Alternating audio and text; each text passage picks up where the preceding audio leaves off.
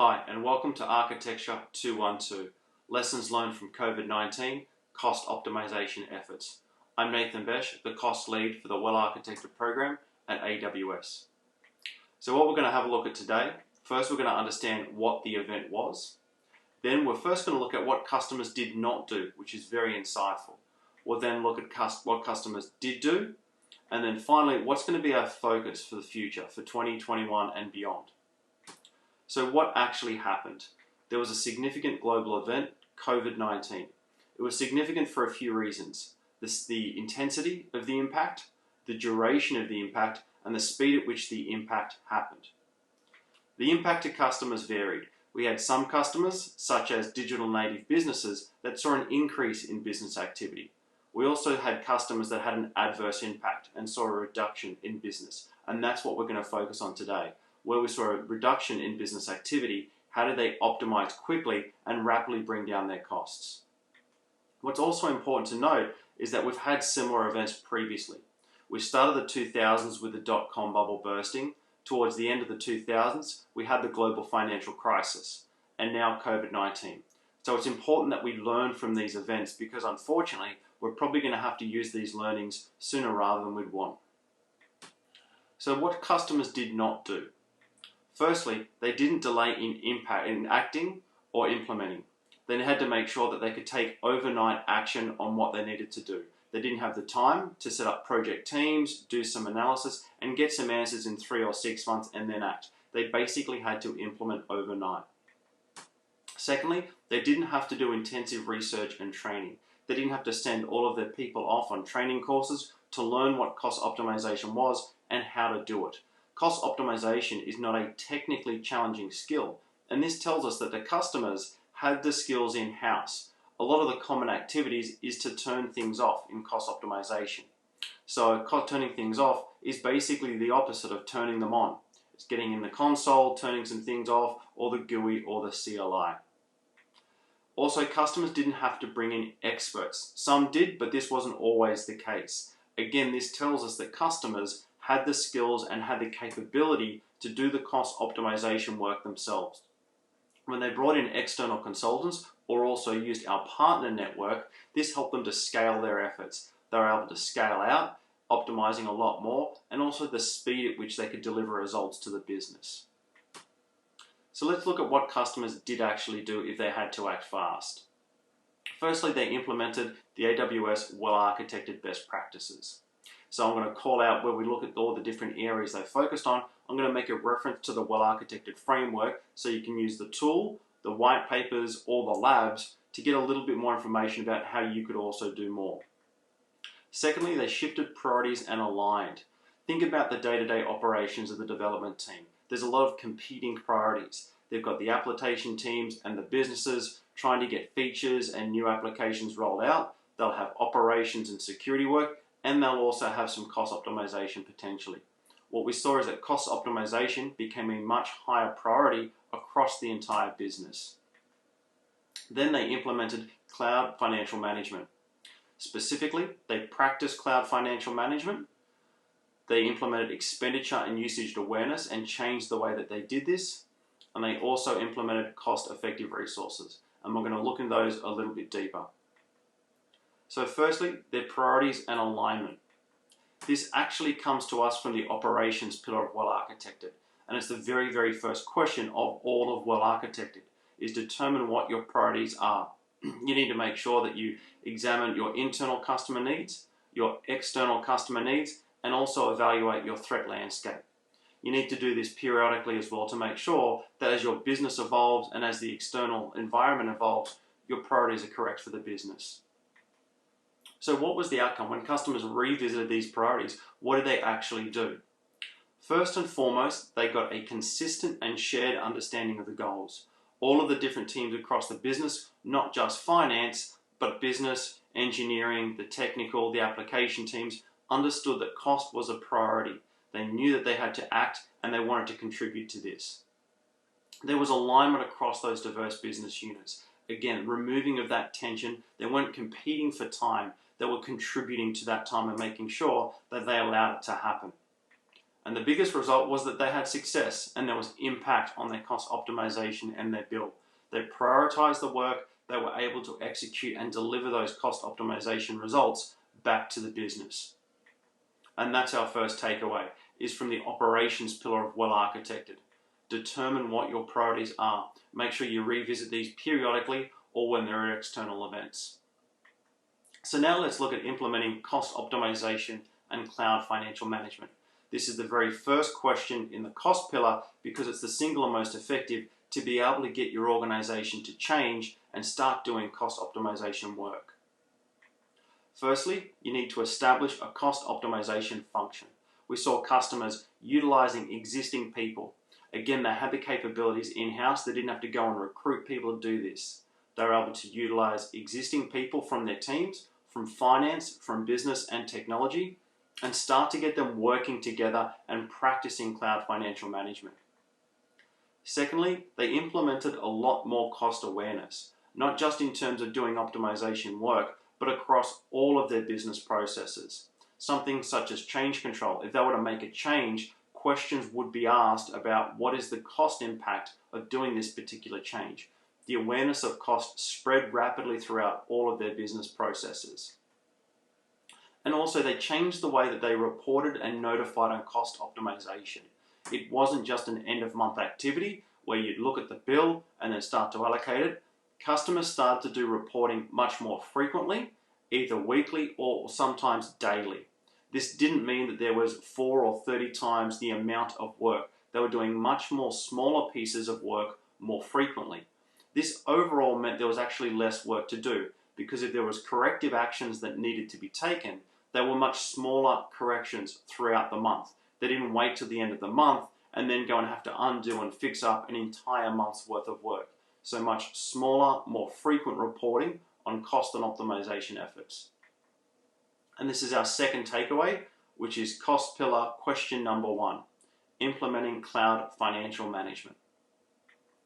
So let's look at expenditure and usage awareness. This is the area that customers spent the most amount of effort and spent the most amount of time to get results.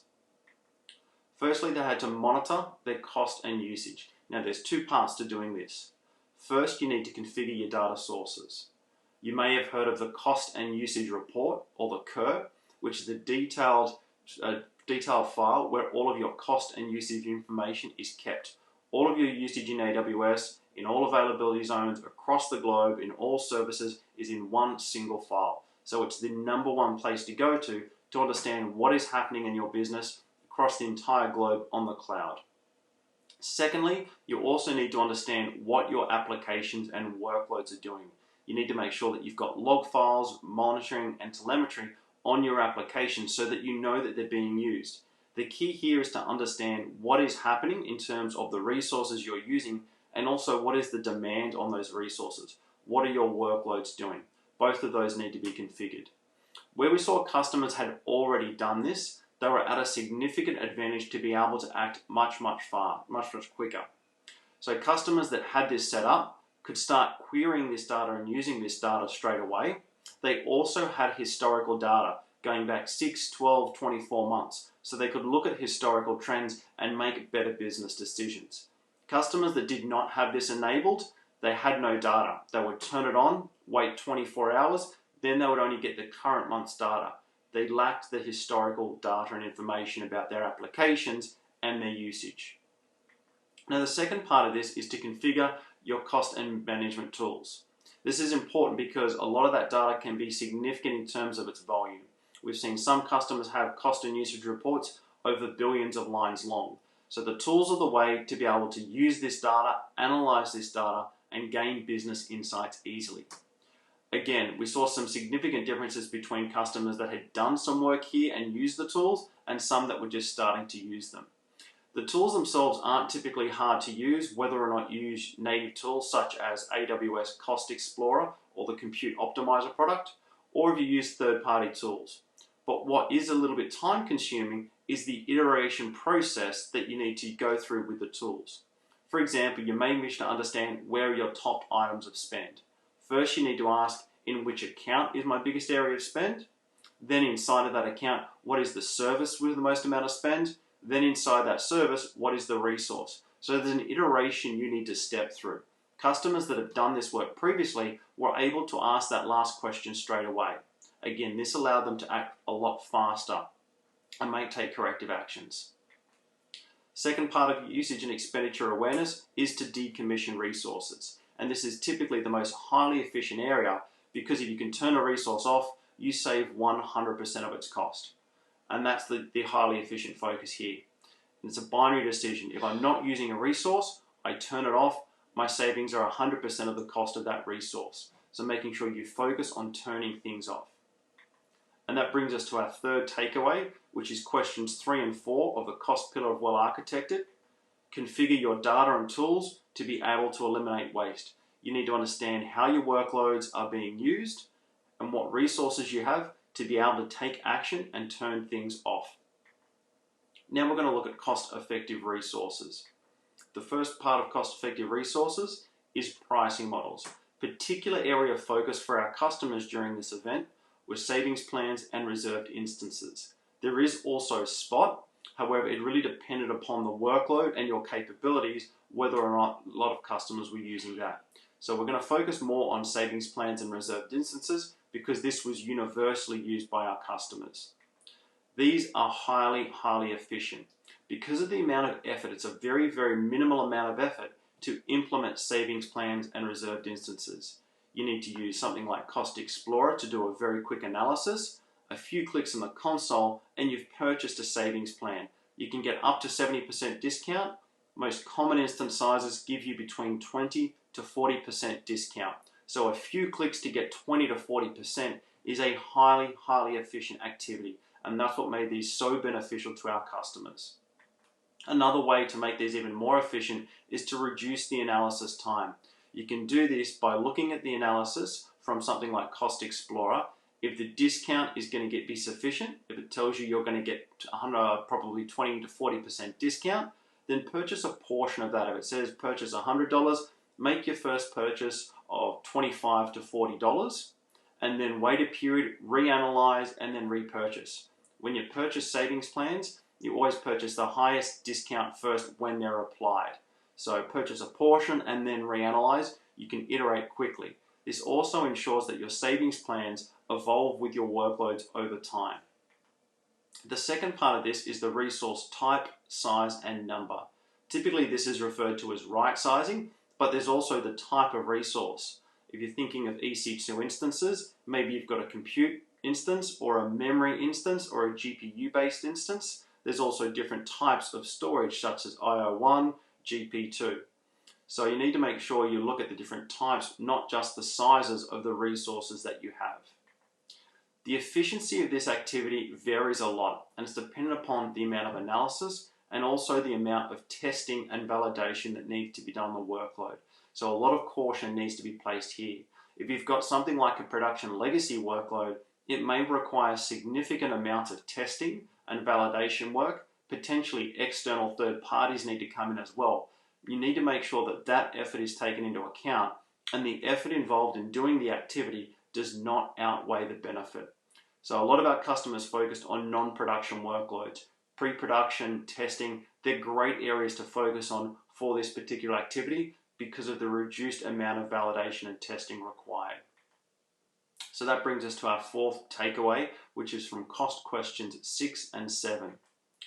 Make sure you prioritize your savings plans, prioritize that highly efficient work, and be cautious with right sizing. Make sure you're taking into account the analysis, the testing, and the validation work that needs to be done. So what's next? What's going to be our focus going forward for the remainder of 2020 and 2021 and beyond? There's 45 best practices in the Well-Architected Cost Optimization pillar. So what's the best one? What's going to be the one that you need to focus on the most? And that, I would say, is goals and targets. Why goals and targets? Why are they so important? That's because they give alignment and direction to your organization. If you want your teams, your people to be more cost optimized, this is the way that you need to tell them. This is what their job is. You need to make sure that they've got goals and targets around cost optimization. It's a great way to motivate your people. We all know that in IT, security is everyone's job. In the cloud, Cost optimization is everyone's job. We need to motivate people so that they care about doing cost optimization. If a workload goes down at 2 o'clock in the morning, it's the builders that are going to wake up and have to fix it. So they make sure that they build reliable and effective workloads. We need to have something to drive them to be cost optimized. Cost optimization is not an activity. It needs to be ingrained in doing your day-to-day job. Also, it's a way to measure progress. The goal here with optimization is to be better at doing cloud. You want to know how you can measure that and track that to make sure that you are reaching your goals and getting better. So where should you be implementing your goals and targets? First and foremost is on your people. You need to make sure that your job descriptions, their KPIs, have a component of cost optimization.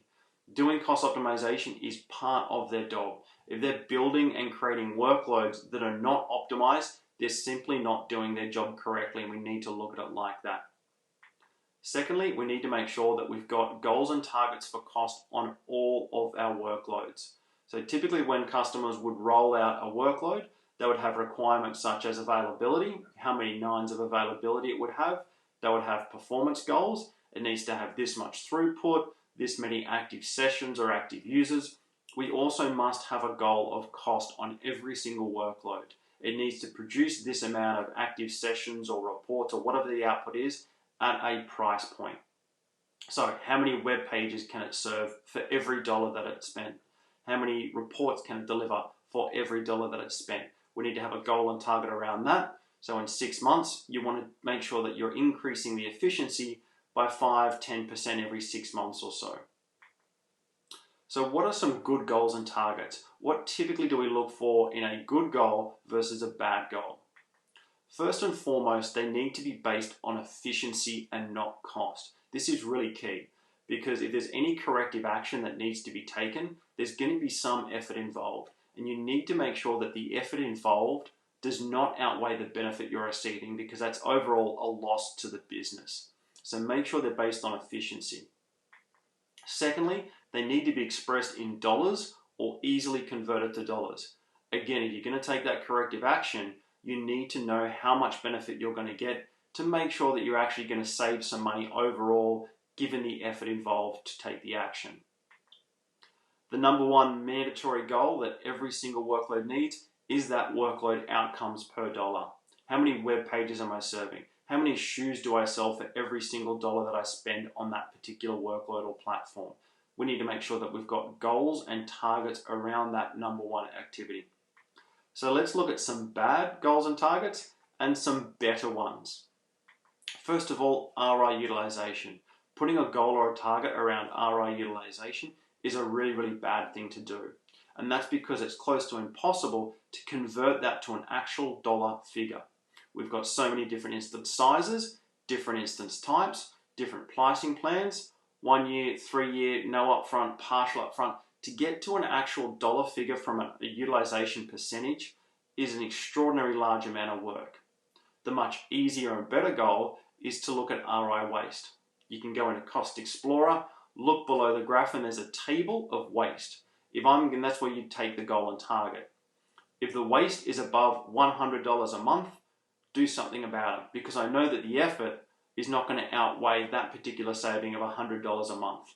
So focus on waste in dollars, not utilization percentage. The next one, savings plan coverage. The amount of benefit and return you get on a savings plan varies greatly depending on what you're running.